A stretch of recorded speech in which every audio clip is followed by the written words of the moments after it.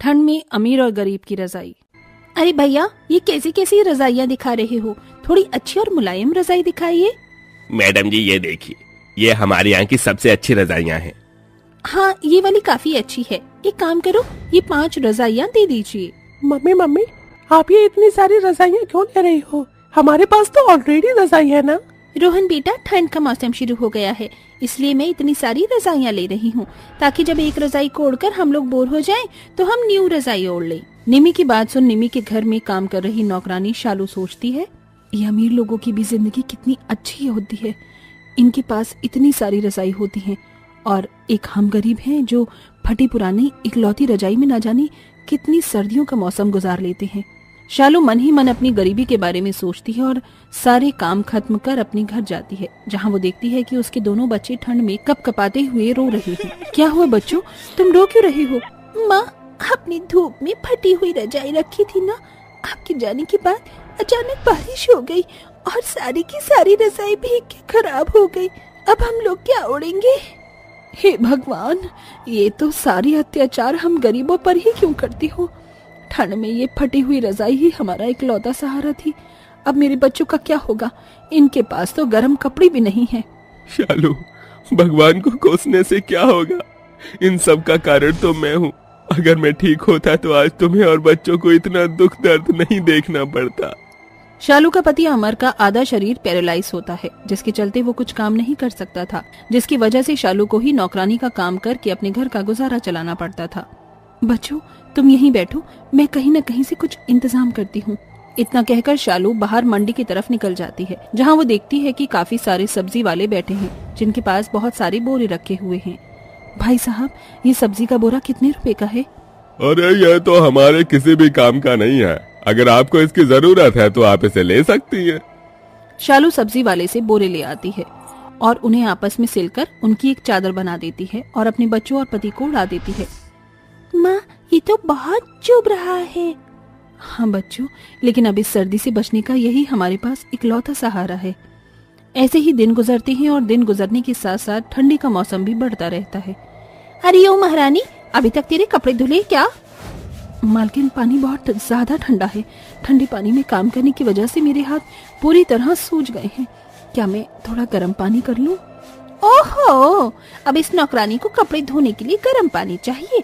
Geyser का जो bill आएगा उसे कौन भरेगा? तेरा बाप। चुपचाप से ठंडे पानी में कपड़े धो। अगर ज्यादा चपर चपर की ना तो इस महीने की तनख्वाह तुझे अगले महीने दूंगी। अपनी मालकिन की बात सुन शालू डर जाती है और बेचारी शालू को अपने सूजे हुए हाथों के साथ ही ठंडे पानी में काम करना पड़ता है।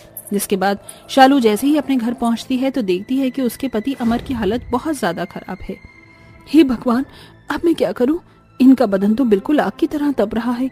इन्हें मैं अकेले छोड़कर कैसे जाऊंगी? और अगर काम पर नहीं गई तो मालकिन मेरी 2 दिन की तनख्वाह काट लेंगी। माँ, आप फिक्र मत करो, आपकी जगह मैं काम पर चली जाऊंगी। लेकिन बेटा, तू अभी बहुत छोटी है, तो काम कैसे करेगी? कोई बात नहीं माँ, मैं सब कर लूंगी। आपको देख देख कर मैं सब सीख गई हूँ। जिसके बाद अगले दिन कोमल अपनी माँ की जगह काम पर जाती है। एक इन नौकरों के बहाने खत्म नहीं होते हैं। तुझे पता है ना घर के क्या क्या काम होते हैं? अगर कोई भी चीज टूटी फूटी तो मुझसे बुरा कोई नहीं होगा। आप फिक्र मत करिए, माँ ने मुझे सब कुछ बता दिया है, आपका कुछ भी नुकसान नहीं होगा। इतना कहकर 6 साल की कोमल घर के सारी काम करने लगती है। तभी कोमल देखती है, प्रिया, ये वाली रजाई कितनी ज्यादा गर्म है ना। अब से मैं यही रजाई ओढ़ूंगा। इस रजाई में ये मूंगफली, गजक और लड्डू खाने में कितना ज्यादा मजा आ रहा है ना। हाँ भैया, और आपको पता है इस बार मम्मी मुझे क्रिसमस पर नए कपड़े भी दिलवाएंगी। अपनी उम्र के रोहन और प्रिया को देखकर कोमल का भी मन गजक, मूंगफली और लड्डू खाने का मन करता है और वो रोहन प्रिया के पास जाती है। सुनो, मुझे भी मूंगफली और लड्डू खाने को दो ना, मैंने सुबह से कुछ भी नहीं खाया है। छी, तुम कितनी गंदी हो, दूर जाओ। और तुम्हारी हिम्मत कैसी हुई हमारी रजाई को छूने की? क्या हुआ रोहन बेटा? माँ देखो ना, ये हमसे हमारे खाने की चीज मांग रही है और हमारी रजाई को भी छू रही है। तेरी इतनी हिम्मत कि तूने मेरे बच्चों की रजाई को छुआ? चल भाग यहाँ से, आई बड़ी मेरे बच्चों का खाने वाली। निमी और उसके बच्चों की बात सुनकर कोमल रोती हुई वहाँ से चली जाती है और घर आकर सारी बातें अपनी माँ को बताती है।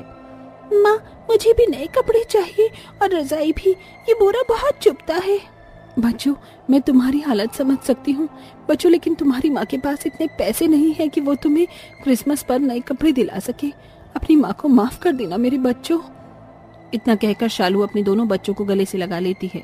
बढ़ती ठंड की वजह से निम्मी और उसके बच्चों की तबीयत बहुत ज्यादा ही खराब हो जाती है, जिसके चलते वो सभी लोग बिस्तर पर पड़ जाते हैं। अच्छू अच्छू।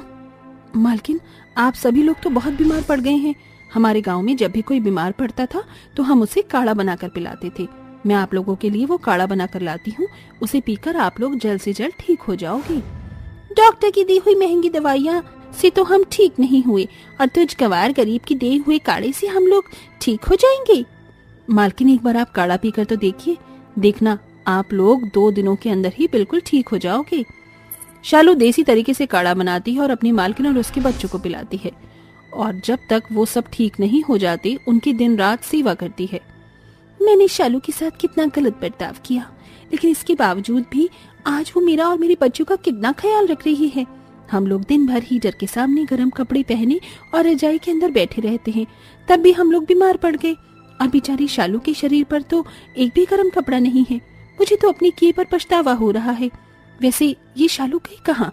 आज तो उसकी सैलरी देनी थी और आज ही जल्दी घर चली गई। कल क्रिसमस है, एक काम करती हूँ, शालू और उसके बच्चों के लिए कुछ सामान ले लेती हूँ और उसकी सैलरी देने उसके घर चली जाती हूँ। वो और उसका परिवार वाले खुश हो जाएंगे। निम्मी शालू और उसके बच्चों के लिए काफी सारा सामान लेती है और उसके घर पहुंच जाती है, लेकिन निम्मी जैसे ही शालू के घर जाती है तो देखती है कि उसका पति पैरालाइज की हालत पर ठंड में कपकपा रहा है। शालू के दोनों बच्चे बोरा ओढ़े एक कोने में बैठे हैं और बेचारी शालू खांसते हुए चूल्हे पर खाना बना रही है। शालू, मालकिन आप यहाँ क्या कर रही हैं? तुम्हारे परिवार वालों की ऐसी हालत है, तुम्हारा पति ठंड में कांप रहा है, तुम्हारे बच्चों ने बोरे ओढ़ रखे हैं, तुम इतनी ठंड में गरीबी में कैसे रह रही हो? ये तो हम गरीबों की किस्मत में लिखा है। खैर छोड़िए, आप यहाँ बैठिए, मैं आपके लिए चाय बना कर लाती हूँ। शालू, मैं तुम्हारे और तुम्हारे बच्चों के लिए ये गर्म कपड़े और ये रजाई लेकर आई हूँ। कल क्रिसमस है ना, तो मैंने सोचा इससे अच्छा तोहफा क्या ही होगा। और ये लो तुम्हारी तनख्वाह। शालू, मैंने तुम्हारे साथ आज तक जैसा भी बर्ताव किया उसके लिए मुझे माफ कर देना। मुझे अपनी गलती का एहसास हो गया है। आप मुझसे माफी मत मांगिए। आप कहाँ और मैं कहाँ, आपने हम गरीबों के लिए इतनी दरियादिली रखी, यही हम गरीबों के लिए काफी है। आपके एहसान को मैं कभी नहीं भूल पाऊंगी। शालू की बात सुन निम्मी शालू को गले से लगा लेती है, जिसके बाद निम्मी शालू की सैलरी और बढ़ा देती है, जिससे शालू की फाइनेंशियल कंडीशन ठीक होने लगती है। वहीं अब शालू और उसका परिवार सर्दी के मौसम में गर्म कपड़े पहनता है और अच्छी रजाई ओढ़ते हैं। गरीब दर्जी सास ने सिला 5 बहू का कंबल। हट यहाँ से, मैं यहाँ बैठूंगी। नहीं, यहाँ मैं बैठूंगी। तू कब से चूल्हे के पास बैठी हुई है, अब मेरी बारी है। ओहो, महारानी सुबह से आराम कर रही हैं और ठंडे पानी में काम मैं कर रही हूँ, फिर भी चूल्हे के पास इन्हें बैठना है। तो मैं इंसान नहीं हूँ क्या? मुझे ठंड नहीं लगती? अपनी दोनों बहू अंकिता और वैशाली की लड़ने की आवाज सुन करुणा देवी और उसकी बाकी की तीनों बहुएं वहाँ आ जाती हैं। क्या हुआ तुम दोनों को, क्यों लड़ रही हो? माँ जी देखिए ना, सुबह से ठंडे पानी में काम मैं कर रही हूँ और चूल्हे के पास इसे बैठकर हाथ पैर सेकने हैं। माँ जी, आप तो जानते हो ना कि मुझसे ठंड बर्दाश्त नहीं होती, तो चूल्हे की सबसे ज्यादा जरूरत किसे है, इसे या मुझे? ठंड शुरू ही नहीं कि तुम दोनों का लड़ना शुरू हो गया। इस चूल्हे के पास कोई भी नहीं बैठेगा। जाकर अपने अपने काम करो, वरना तुम सबको अक्ल ठिकाने लगा दूंगी। अपनी सास की बात सुन बहुएं चुपचाप से वहां से चली जाती हैं और अपने अपने कामों में लग जाती हैं। दिसंबर का महीना शुरू हो चुका था और इसी के साथ शुरू हो चुकी थी कड़ाके की सर्दी। चारों तरफ सर्दी का माहौल और ठंडी ठंडी हवाएं होती हैं। करुणा देवी अपनी 5 बहू के साथ एक छोटे से घर में रहती है। करुणा देवी दर्जी का काम करती थी, जो लोगों के थोड़े बहुत कपड़े सिलकर अपने घर का खर्च चलाती थी। वहीं करुणा देवी के 5 बेटे अक्सर काम के सिलसिले में बाहर रहा करते थे। अच्छा हुआ आप मुझे घर पर ही मिल गई। सुबह से 2 चक्कर लगा चुकी हूँ आपके घर के, लेकिन आप हो कि हमेशा गायब रहती हो। अरे नहीं मुन्नी बेटा, वो सविता बहन जी के कुछ कपड़े सिले थे तो वही देने के लिए गई थी। तू बता, तेरा आना कैसे हुआ यहाँ? काकी ये देखिए ना, कल दोनों बच्चों ने खेल खेल में कंबल को बीच में से फाड़ दिया था। आप इसे जल्दी से सीकर दे दीजिए, वरना दोनों बिना कंबल के घर में उधम मचा देंगे। ठीक है, मैं अभी थोड़ी देर में कंबल सिलकर तेरे घर भिजवा देती हूँ। करुणा देवी अपनी छोटी सी सिलाई मशीन पर उसे फटे हुए कंबल को सिल ही रही होती है कि तभी उसे फिर से अपनी बहुओं की लड़ने की आवाज आती है, जिसे वो सुन भागी भागी अपनी बहुओं के पास जाती है और देखती है कि शॉल तो मैं ही ओढ़ूंगी। ऐसे किसी शॉल को ओढ़ने की बारी अब मेरी है। नहीं, इसे ओढ़ने की बारी मेरी है। मैं तुम सबकी जेठानी हूँ, ये शॉल तो मुझे ही मिलनी चाहिए। जेठानी हुई तो क्या हुआ, इसका मतलब ये थोड़ी ना कि सभी चीजों पर हक तुम्हारा होगा। ला, ये शॉल मुझे दे। पांचों बहुएं शॉल को अपनी अपनी तरफ खींचने लगती हैं, जिसके चलते खींचतानी में वो शॉल फट जाती है और पांचों बहुओं के हाथ में शॉल का एक एक टुकड़ा आता है, जिसे देख करुणा देवी आग बबूला होकर कहती है, करम चलियो, ये शॉल मुझे तुम्हारे ससुर जी ने दी थी। मेरे पास उनकी आखिरी निशानी रह गई थी, लेकिन तुम पांचों ने इस शॉल को फाड़ दिया। माँ जी, आप देखिए ना, बाहर कितनी तगड़ी सर्दी है, चारों तरफ ओस ही ओस है। ऐसे में हम पांचों बिना शॉल कंबल के कैसे रहेंगे। हाँ माँ जी, हम भी पांचों इस रोज रोज की लड़ाइयों से थक चुके हैं, लेकिन ठंड के कहर की वजह से हमें मजबूरन ठंड से बचने के लिए लड़ाई करनी पड़ती है। अपनी बहू की बात सुन करुणा देवी कुछ नहीं कहती और वहां से चली जाती है और अपनी पुराने संदूक को खोलकर उसमें से एक बहुत पुराना कंबल निकालती है। बहुओं, ओ बहुओं, इधर तो आना जरा। जी माँ जी, बोलिए। अब तुम पांचों को ठंड में ना ही तो शॉल के लिए लड़ना पड़ेगा, ना ही हाथ पैर सेकने के लिए। ये लो, तुम पांचों इस कंबल को ओढ़कर आराम से सोना। आखिरकार इस सर्दी से राहत तो मिली। दिन से रात होती है और पांचों बहुएं कंबल ओढ़कर सो जाती हैं, लेकिन कंबल की जगह जगह से फटने की वजह से हवा कंबल से आसानी से अंदर बाहर हो रही थी, जिसके चलते इस कंबल में से तो आसानी से हवा अंदर बाहर हो रही है। मेरे पैर तो बर्फ की तरह ठंडे हो रहे हैं। अरे वैशाली, थोड़ी कंबल दो ना इधर। पूरी कंबल तो तुमने अपनी तरफ ही कर ली है। अरे मैंने नहीं, संकिता ने सारी कंबल अपनी तरफ ले रखी है, देखो जरा। अरे मैं तो बिल्कुल बिना कंबल की सो रही हूँ। रात में भी तुम लोगों को चैन नहीं है, इतनी मुश्किल से नींद लगी थी। क्या हुआ तुम लोगों को? देखिए ना माँ जी, इन लोगों ने सारी की सारी कंबल ले ली है। एक तो कंबल फटी हुई है, ऊपर से ढंग से ओढ़ने को भी नहीं मिल रही है। कंबल हमने नहीं बल्कि संकिता ने ले ली है। और नहीं तो क्या करूं, एक तो इतना छोटा कंबल ऊपर से फटा हुआ है, ऐसे में हम लोग कैसे सोएंगे। करुणा देवी अपनी बहुओं की बातों को सुनकर कुछ नहीं कहती और सुबह होते ही उस पुरानी फटी कंबल को लेकर सिलने लगती है। कंबल सिलने के बाद कंबल के अंदर से हवा आनी जानी तो बंद हो जाती है, लेकिन पांचों बहुओं को एक ही कंबल में सोने में काफी परेशानी आती है, जिससे उन पांचों में हमेशा कंबल के लिए अनबन बनी रहती है। रात में तो पूरा का पूरा कंबल लेकर सो जाती है, ऊपर से दिन में भी इसके हाथों से कंबल नहीं छूटती। अगर इतना ही कंबल ओढ़ने का शौक है ना, तो अपने मायके से मंगवा ले। एक तो एक कंबल है, ऊपर से तुम चारों के साथ इसे बांटना पड़ता है। ऐसी कंबल के लिए रोज रोज लड़ने से अच्छा है कि हम लोग बिना कंबल के ही सो जाए।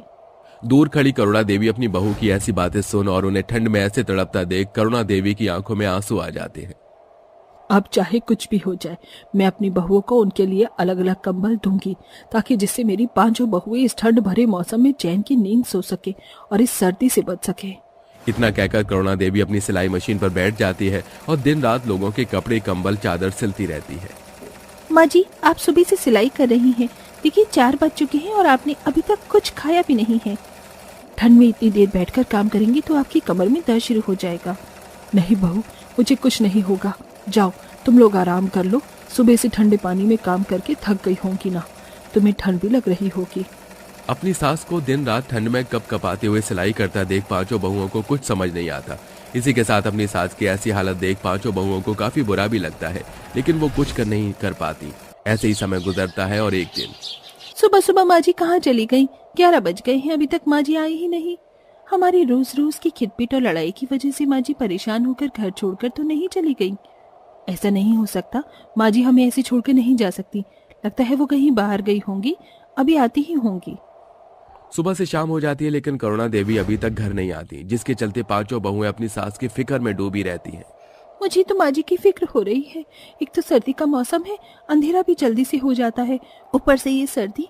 माँ जी के पास तो कोई गर्म कपड़े भी नहीं है। माँ जी हमें सच में छोड़कर चली गई। हम लोग पागलों की तरह रोज कंबल के लिए लड़ते थे, इसलिए माँ जी हमसे परेशान होकर चली गई। मैं अपनी बहुओं को छोड़कर कहाँ जाऊंगी? माँ जी आप कहाँ थी? आप हमें ऐसे बिना बताए कहाँ चली गई थी? मैं तुम पांचों के लिए कुछ लाने के लिए गई थी। ये देखो। इसमें क्या है माँ जी? खुद ही खोल कर देख लो, पता चल जाएगा। करुणा देवी की पांचों बहुएं जैसे ही उसके लाए हुए थैलों को खोलकर देखती हैं तो देखती ही हैरान रह जाती हैं। इसमें इसके अंदर तो कंबल है, वो भी एक नहीं 5-5। हाँ बहू, इस सर्दी के मौसम में मैं रोज रोज तुम पांचों को ठंड में तड़पता देखती थी। तुम पांचों को ऐसे देख मेरा कलीजा मानो फट जाता था, इसलिए मैंने तुम पांचों के लिए ये कंबल खरीदा। इसका मतलब आप जो दिन रात ठंड में बैठकर कपड़े सिला करती थी वो सब हमारे कंबलों के लिए था। माँ जी हमें माफ कर दीजिए, हम लोगों की वजह से आपको ठंड में दिन रात मेहनत करनी पड़ी। हमें माफ कर दीजिए, हम तो भूल ही गए थे कि आपको भी हमारी तरह सर्दी लगती होगी। इस सब के बावजूद भी आपने हम सबके लिए मेहनत की। अपनी पांचों बहुओं की आंखों में आंसू देख करुणा देवी कहती है, ऐसे रो मत, ये सब मैंने तुम्हारे लिए ही तो किया है। अब देखो, अब तुम सबको बिल्कुल भी ठंड नहीं लगेगी और तुम सब आराम से सर्दी के मौसम में रहोगे। पांचों बहुएं अपनी सास के गले लग जाती हैं, जिसके बाद अब पांचों बहुएं अपनी अपनी कंबल में आराम से सर्दी के मौसम में सोती हैं और पांचों बहुओं के बीच का मनमुटाव भी खत्म हो जाता है।